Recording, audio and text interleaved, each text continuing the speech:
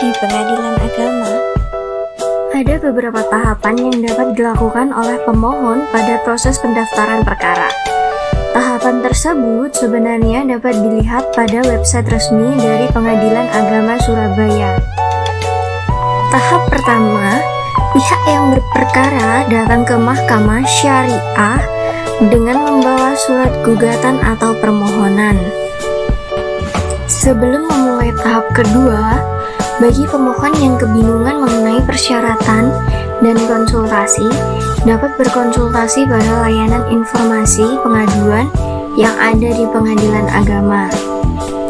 Tahap 2, pihak berperkara menghadap petugas meja pertama, meja pendaftaran, dan menyerahkan surat gugatan atau permohonan minimal 2 rangkap untuk surat gugatan ditambah sejumlah tergugat.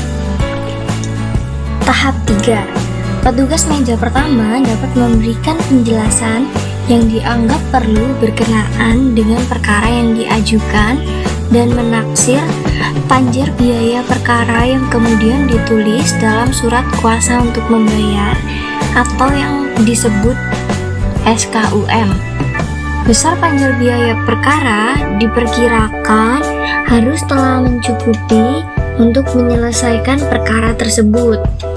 Hal ini didasarkan pada pasal 182 ayat 1 HIR atau pasal 90 Undang-Undang Republik Indonesia Nomor 3 Tahun 2006 tentang perubahan atas Undang-Undang Nomor 7 Tahun 1989 tentang peradilan agama.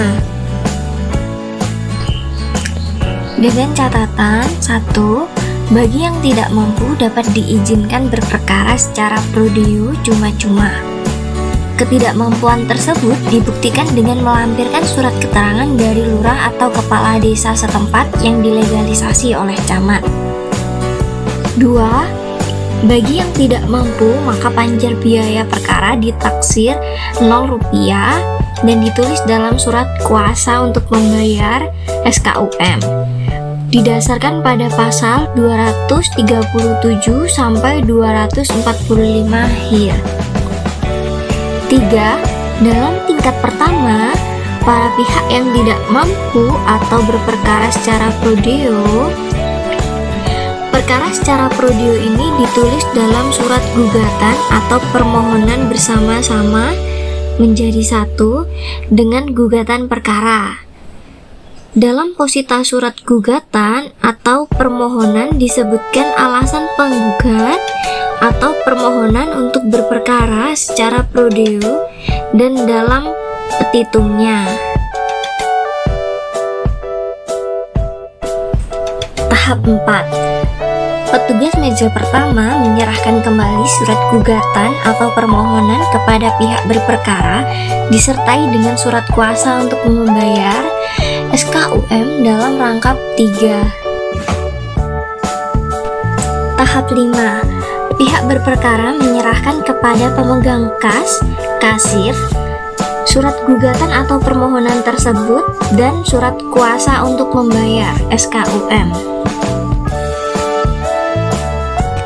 Tahap 6.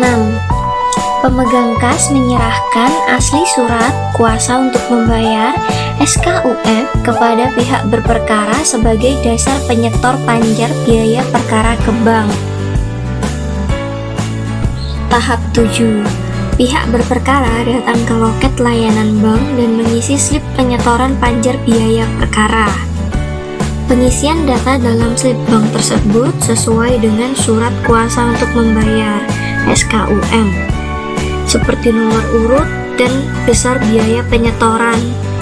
Kemudian, pihak berperkara menyerahkan slip bank yang telah diisi dan menyetorkan uang sebesar yang tertera dalam slip bank tersebut. Tahap 8. Setelah pihak berperkara menerima slip bank yang telah divalidasi dari petugas layanan bank, pihak berperkara menunjukkan slip bank tersebut dan menyerahkan surat kuasa untuk membayar SKUM kepada pemegang kas. Tahap 9.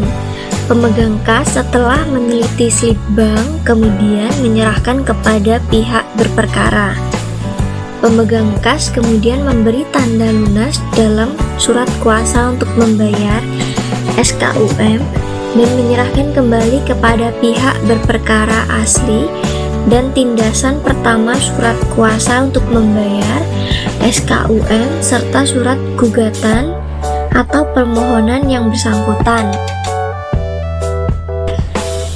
Tahapan 10. Pihak berperkara menyerahkan kepada petugas meja kedua surat gugatan atau permohonan sebanyak jumlah tergugat ditambah 2 rangkap serta tindasan pertama surat kuasa untuk membayar SKUM.